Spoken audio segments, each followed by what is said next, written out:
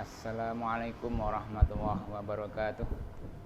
A'udzubillahi minasyaitonirrajim. Bismillahirrahmanirrahim. Alhamdulillahirabbil alamin wassalatu wassalamu ala asyrafil anbiya'i wal mursalin wa ala alihi washabbihi ajmain, amma ba'du. Alhamdulillah, selamat berjumpa lagi dengan Bapak anak-anak semuanya. Semoga anak-anak semuanya di rumah selalu sehat, dilindungi Allah Subhanahu wa taala. Amin. Alhamdulillah, pada kesempatan kali ini Bapak akan melanjutkan pelajaran 9, yaitu tentang akhlak tercela. Kemarin sudah pesimis, kemudian bergantung, sekarang adalah yang ketiga, yaitu serakah. Apa itu serakah? Serakah secara bahasa adalah rakus hatinya. Serakah yaitu sikap selalu ingin memperoleh sesuatu yang lebih dari yang telah dimiliki.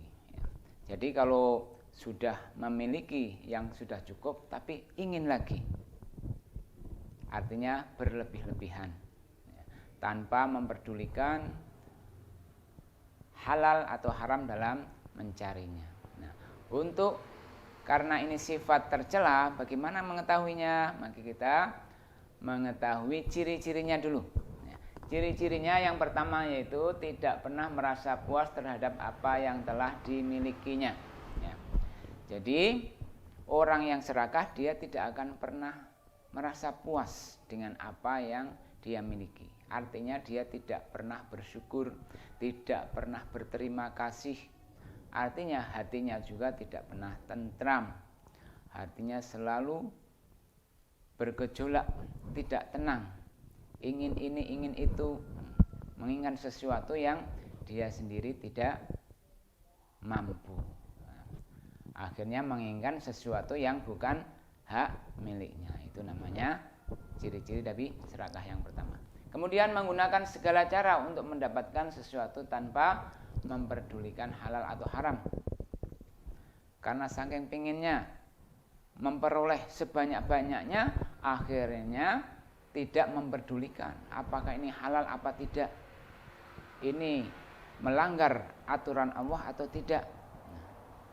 Akhirnya bukan menjadi ciri-ciri orang yang beriman kepada Allah Subhanahu wa taala. Akibatnya buruk bagaimana? Yang pertama adalah merusak kerukunan hidup. Otomatis kalau orang hidup serakah, akhirnya yang bukan hak miliknya kemudian dia akui menjadi hak miliknya.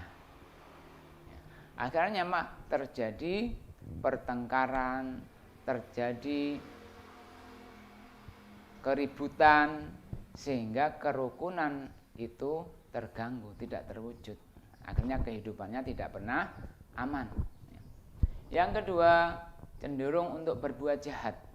Jadi karena keinginan untuk mendapatkan sesuatunya tadi terlalu tinggi, akhirnya dia menghalalkan segala cara, termasuk diantaranya adalah berbuat jahat. Apa contohnya? Bisa juga dengan mencuri, merampok, apalagi itu gara-gara apa? Karena serakah. Kemudian bagaimana kita supaya bisa menghindarinya? Cara menghindarinya yaitu yang pertama, harus berusaha hidup qanaah. Apa itu qanaah? Qanaah yaitu menerima apa adanya yang diberikan oleh Allah Subhanahu wa taala kepada kita. Jadi setiap yang Allah berikan kepada kita, kita syukuri. Kita syukuri setiap apa yang Allah berikan kepada kita, itu namanya qanaah. Itu membuat hatinya tenang, hatinya tentram.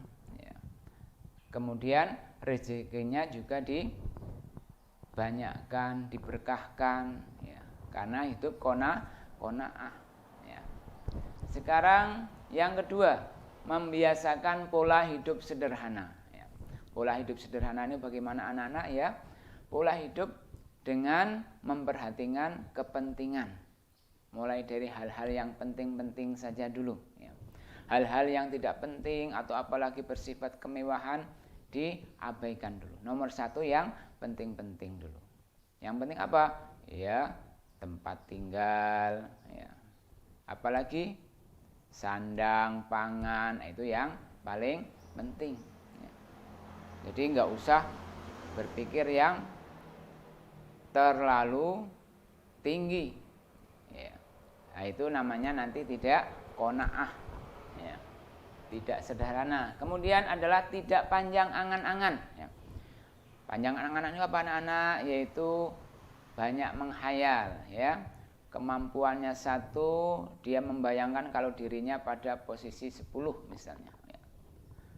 Jadi banyak menghayal, akhirnya nggak banyak berbuat. Akhirnya apa? Akhirnya menjadikan keinginan untuk berbuat jahat, untuk